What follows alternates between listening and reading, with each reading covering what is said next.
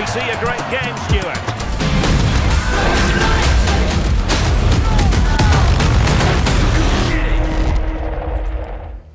Okay, welcome, gamers on launch. Gosh, it is a nice kind of warm day in December, a little bit. Yeah. I mean, considering. For Michiana. For the past couple weeks. But, you know, it's still time to play games. So, I'm Kirsten Glover. I'm Spencer Beeler. And I'm LJ Collier. And we've got a lot to talk about today. Yes. Man, quite the agenda, Spencer. Here we go. We're starting with The Sims 4. Apparently you have some things to say. But they had a big update, and you got Dreamy Kits and Updates patch. You got SpongeBob's House Kit. All right, here we go. I believe I've seen stuff about that. You get, like, wallpapers and floorings and furniture and some clothing items as well that are all SpongeBob themed. And they even have a bit of, like, the color grading, like, specifically for SpongeBob. Like, it kind of looks like they literally just picked it up out of the show and placed it in the game, if that makes sense. And yeah, I think so. New Prairie Dreams Creator Kit. I just read through what the update said it was. Okay. Not sure what that is, but I'm sure it's great. Spencer, I want to hear what you have to say so that I can just rebuttal, because I'm ready to go.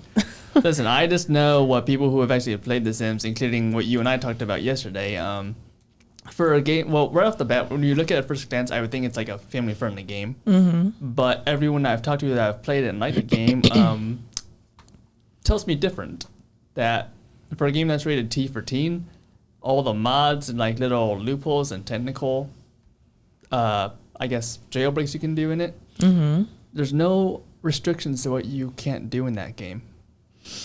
Yeah, there are no restrictions, and T for teen is just the game. Like, what they put out is that's what it's rated. You know, they have woohooing, and just connect the dots of what that is, but they cover it up. They like blur everything. I mean, your Sims like go to the bathroom and they take a shower and everything is blurred, but there are mods out there where it's not blurred and everything is in detail. There are mods for everything. I was telling Spencer about this the other day. Actually, it's like there are extreme violence mods that are very gory, showing blood, and you can select to have your Sim shoot somebody, and that's crazy, but it's there, it's available. But that's the Sims community. I mean, there's that side of things, and then there's also people just create outfits, like that's like their whole modding experience. So I don't know. You have to take the good with the bad.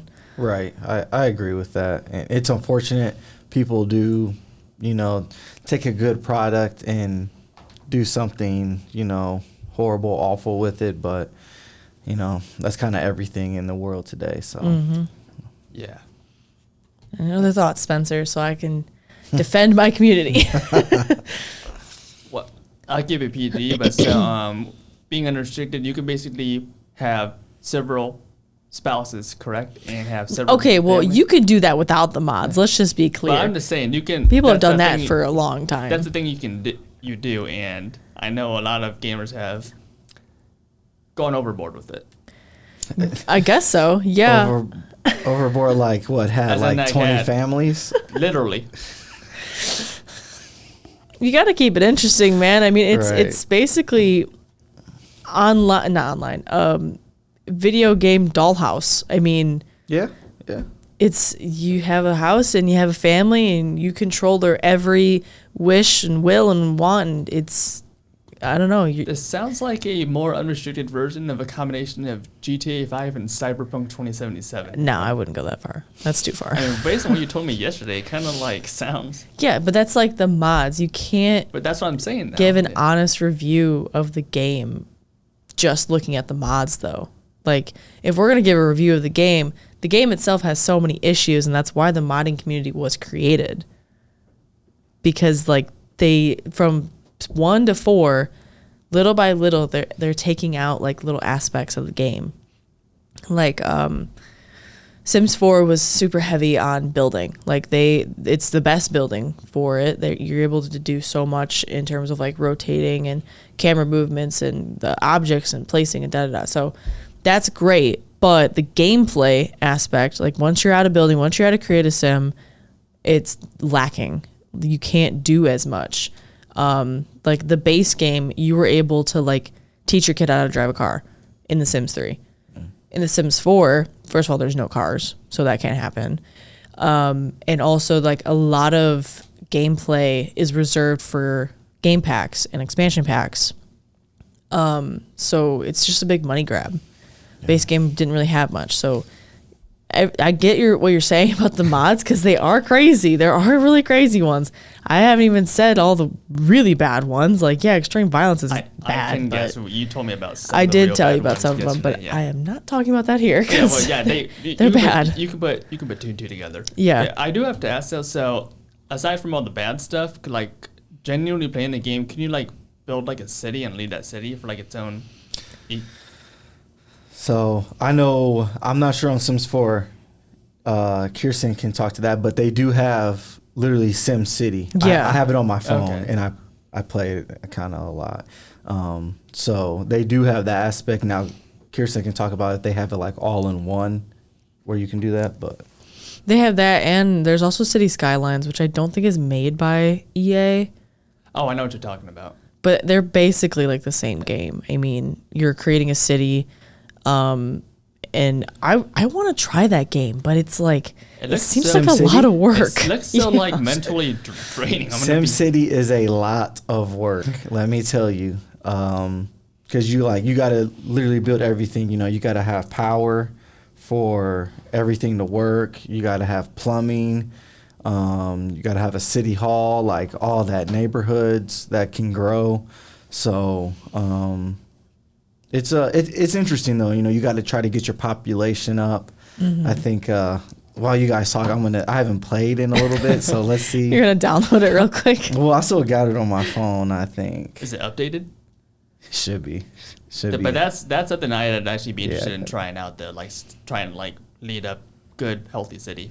It's really funny though, because when people play those kind of games, the traffic is their biggest complaint, because no matter what you do, there's always a part of the city where there's just a huge backup, and it's like, all right, let's add another lane, and that kind of sounds exactly like what we deal with. Like, let's take away these houses and add 6 lanes. Surely that'll help the traffic problem, Right. or a roundabout. Like, Need a housing crisis.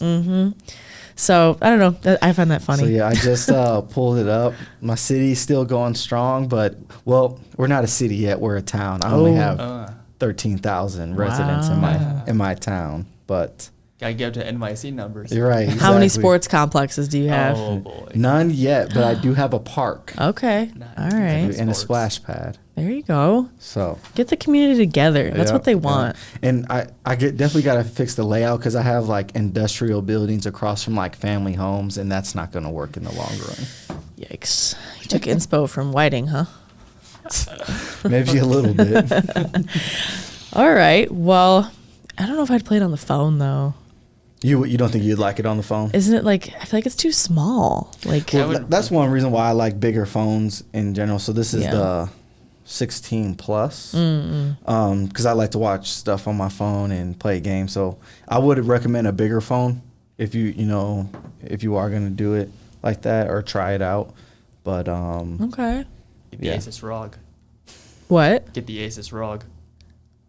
Yeah. I Yeah. don't know It's what ba- that it's- is. Exactly. It's basically your phone, but like with the power of a high-end PC. Oh.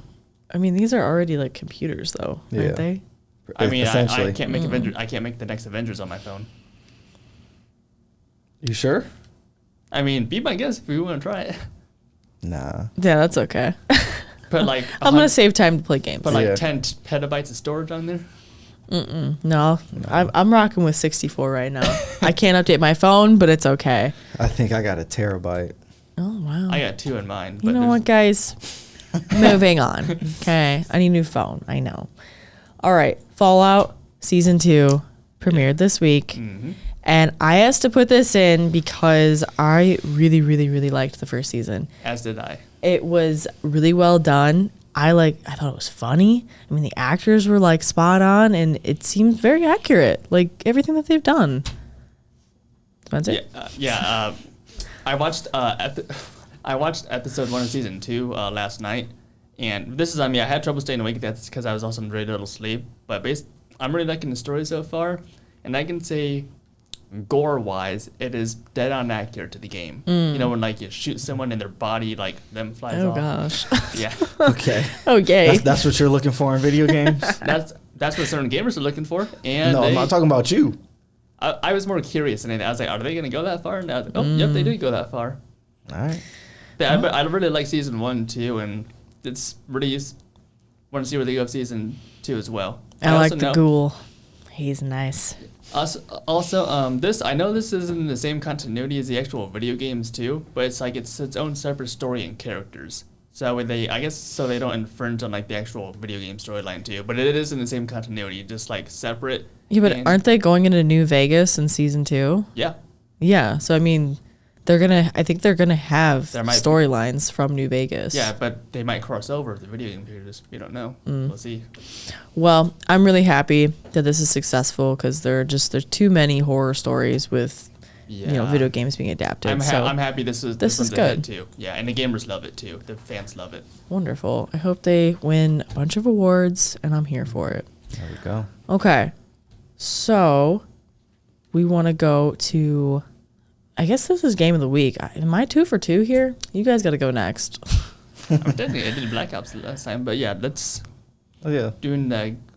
All right. Well, this is gonna be game of the week then.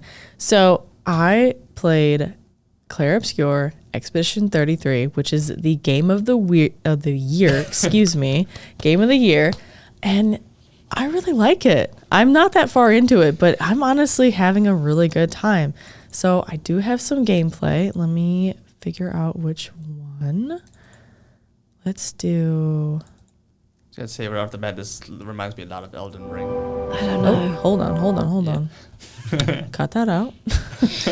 I need to turn the volume down. It's way too loud. But So we're gonna talk over it though. with this game, if you had to give like I know you said you're kind of just getting started, but if you had to give a percentage, like how far in you think you are, what would you? Oh you gosh. say? Well, I think it's a huge game. I zoomed out on the map and it is massive. And I've only done like this much. Where's the camera? This much of the map. It's so huge. So if I had to give an honest rating, maybe like 3%. Oh geez, okay. Like, got a lot of game left. yeah. So I mean, it's a wonderful story so far. I mean, they do the prologue, and you're Gustav. You start as Gustav, and they give you a quick tutorial on how to use your like powers and all that. But you meet this girl. Oh God, what's her name? You got us on screen right now? Nope, not her. I can't think of her name right now, but it's his like love. Like they dated for a while and they eventually broke up because he wanted kids and she didn't, because in this world, there's a clock counting down, and whatever number that clock is on, like for the year, whoever is that age dies. And she was that age. She was 34. And so she died in the prologue, and now he goes on this expedition to kill this paintress woman who is controlling all of this, I guess. So it's very tragic. There are a lot of orphans in the town because all their parents were dead, obviously, but they're running out of people. Like there's only like 15 people left in the town. Everyone's dying. So very sad, very tragic. But the game looks fantastic. This is a cutscene that we're seeing right now. I keep getting distracted by the actual story going on right here. Right. Yeah, this is after they've landed on what's called the continent, and when they landed, they were kind of ambushed, and most of their team died. I think maybe 15-ish people went on the expedition. Literally half of them dead immediately. So that was terrible. And he got lost, and he found a way. He found Lune, that's her right there. And they both have their own separate powers. And when you get to play these guys, you get to play as both of them. So that's one of his special moves. That's called Overcharge, I think. And this game is a turn-based game in combat. And literally everyone gets their turn, obviously. If you look on let's see, is that the top left side?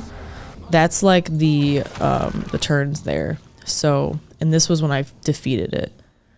And then you get this little recap real quick, but like she has like more magic based powers, I think. Here. Hold on. Here we go. I don't know. I didn't think I would like it for a while because I don't like turn based, but it just looks so cool, right? And I would say now that you're playing it, what elements of this game do you think propelled it to win Game of the Year? Is it, the graphics, the gameplay, all of it together? Do you think open world played a part in that too? Well, I don't think open world because it's not really open world, honestly. A map that big? No, I mean, it's a huge map, but from what I understand here, I think I did so this right here, it looks completely different from like when you're where I just was, where I was fighting that boss. It's like a lot closer. It's like right behind the shoulder, the camera is. Mm-hmm. But if you just saw, it was like very zoomed out. And it looks different. And that part to me, it's like almost like a hallway when you're trying to get to the door. And the door is like the little nugget of like a world that you have to go into and fight all these people. So I wouldn't really consider that open world, in my opinion. I don't know. Maybe technically it is. But no, for Game of the Year, the music is fantastic. I don't know if you can hear it here. Is this multiplayer or just single player? This is single player. But you can play as both of them. And then a little bit later, let me find it. Okay, so you see on the bottom there's 3 characters. Yeah. I don't like this person. This is when I started getting frustrated because they killed me like almost immediately. I can tell. He's about to die. Literally, he's about to get smacked with that trombone. But yeah, you can have 3, and then I'm not sure yet, but I'm sure I'm gonna find more people that I can play with and level up and all that stuff. But I think the music, definitely the graphics because they're fantastic, and maybe like effects and stuff helped propel it to win. Storyline possibly, but I'm still in the very beginning, so who's to say? But I don't know. I'm having such a good time with it, and I'm gonna keep playing. I'm gonna keep streaming. Look, see, he did. So can you just like switch characters anytime? No. So it is. So the turn base. So up there in the top left. So on that top, it just showed that trombone person was taking their turn, and then it was Mael's turn. She's taking it now. Okay. And then it would go, if they were alive, it would go to my other teammates. Mm-hmm. So it's like it goes in order, and it gives you time to like really think about your strategy of like what power do you want to use? Do you want to send a protection to another person, and that would take your turn? If you heal yourself, that takes a turn. I had to do that with her a couple times because, gosh, this dude's too strong.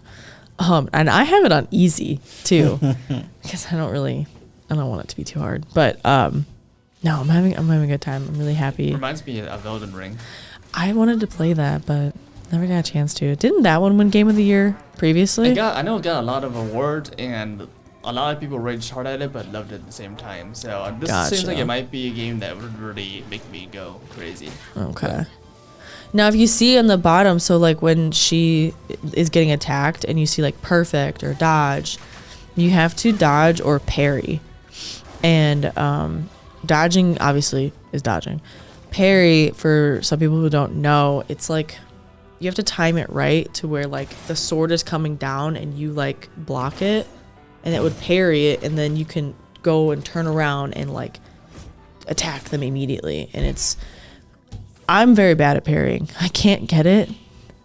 It's, sometimes I can get it. I think I might show it in one of these ones. But anyways, I don't know. I highly, highly recommend so far. Is that free in Game Pass? Yeah, it is on Game Pass. That's why I got it, because otherwise, I think when it first came out, it was like $70, and we all know me. I'm not buying that. Right. So, as are most of us not. Yeah. But yeah, that is Game of the Week, Game of the Year, and recommend. Please download it. Let me know. And then Warner Brothers. Yeah, we're going to venture out a little bit. Yeah. Because this is like a big deal just in all entertainment period, and they have a lot of assets. So yeah, this in both, I'd say, gaming and entertainment. Mm-hmm. Yep. Warner Brothers is up for sale, and it's right now Netflix and Paramount are fighting for this company. Yes. Paramount put in like $100 billion bid, which is I think almost 20-30 billion more than what Netflix bid for it. So, And yeah, what do we think? Do you think Netflix is going to counter, or did Paramount do the common phrase, big bank take little bank?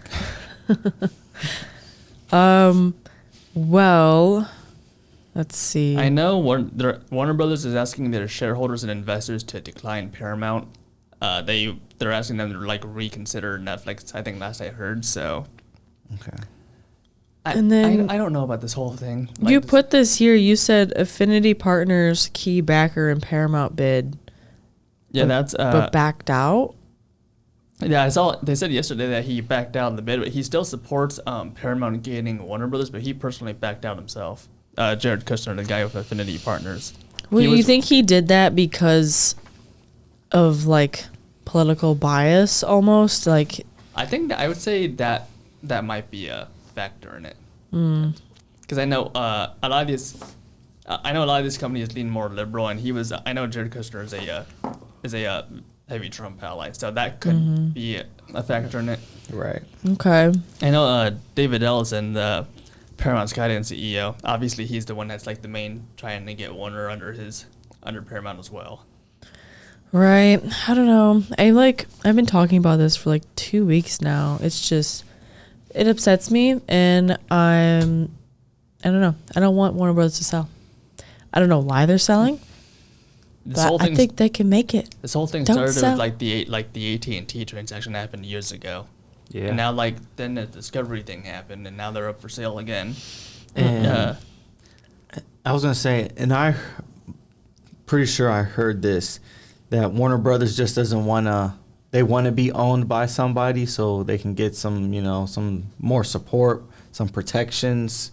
I think, has anybody else heard that? I have not. Okay. Is I that, don't think I've heard that. where did you see that? I'll have to figure out, but I think I might have been either watching some news on social media, or whatever, because like you kind of said, I don't really want them to sell, but I would want to know what they think the advantage of them, what advantage they're getting by selling, other than just not wanting to do it all themselves anymore. But Well, I know whichever way it goes, that's going to be a lot of assets under one thing, and I know the government's looking into that because that's a possible monopoly. That is a monopoly technically right there, because Netflix has a lot of assets, so does Paramount.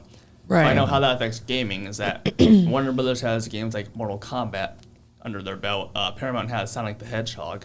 So I do know another thing that I guess kind of politically plays a factor. President Trump, like I said, he wants Paramount to buy Warner too.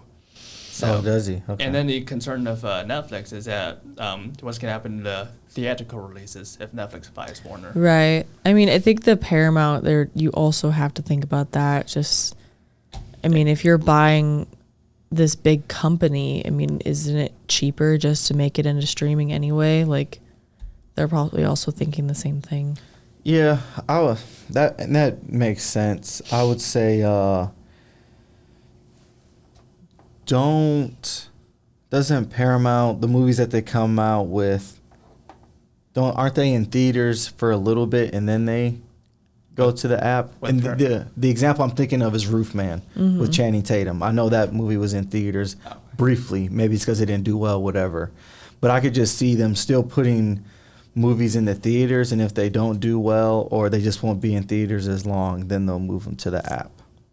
Does that make sense? Yeah, I think that's kind of how they do it right now. If a movie does well, then it stays in theaters, and if it doesn't, then for things that are not straight to streaming like Netflix is. I know the only difference there is Christopher Nolan has a contract of Universal for The Odyssey that has to be in theaters for at least 3 or 4 months before it goes. Well, to he streaming. also filmed it on 70 millimeters. Yeah. So that's mostly why, because I mean, it's yeah. very expensive to do that. And to just immediately put it to streaming would be kind of a slap in the face. Yeah, that's why there was fallout with Warner Brothers over the whole Tenet situation. I know that. So Yeah. But yeah, that's how it's currently working right now. We'll see what happens in the future of that whole thing. I don't know. It's like James Cameron. He's on the red carpet with Avatar, and everybody's asking him about 4 and 5. And he's like, look, I know that we said 4 and 5 is like confirmed, but you guys have to go to the theater. If you don't go, we cannot make it. That's how like they signed a contract for several movies, but the current movie needs to be successful, right? Or for the other ones to happen. Otherwise, like that's why they have it built in. Like things cost money, so. I've got. Oh my god. Oh, are you busy?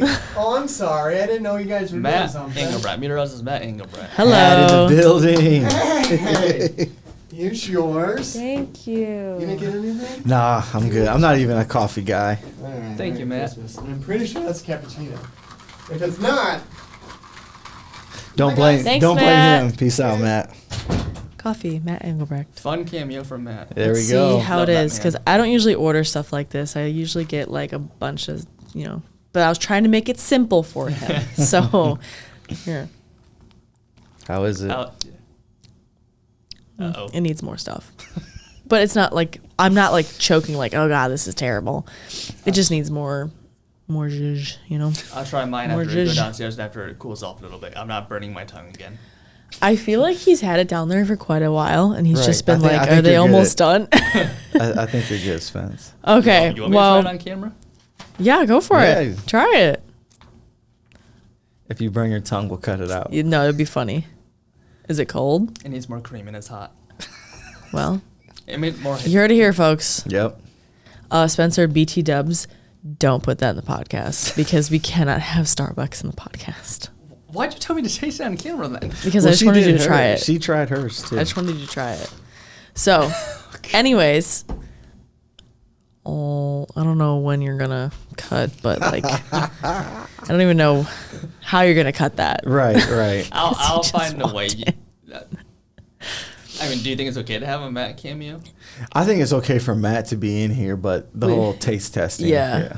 When he Okay. walks out, I'll cut it with something when he walks out. Okay, great. Oh, it's me again. Hey. I'm so sorry. Matt! Hey. I am so sorry. Oh. I took a sip out of it. That's all right. So it did taste it. Okay. Anyways, Lors. Okay. Anyways, so Warner Brothers, I love you. I don't want you to be bought. Please, I love DC. All right, I'm a DC fan. Just give me a good Take Halo. Make a good Halo movie, please. Well, maybe not. Right. Maybe that's a beat a dead horse.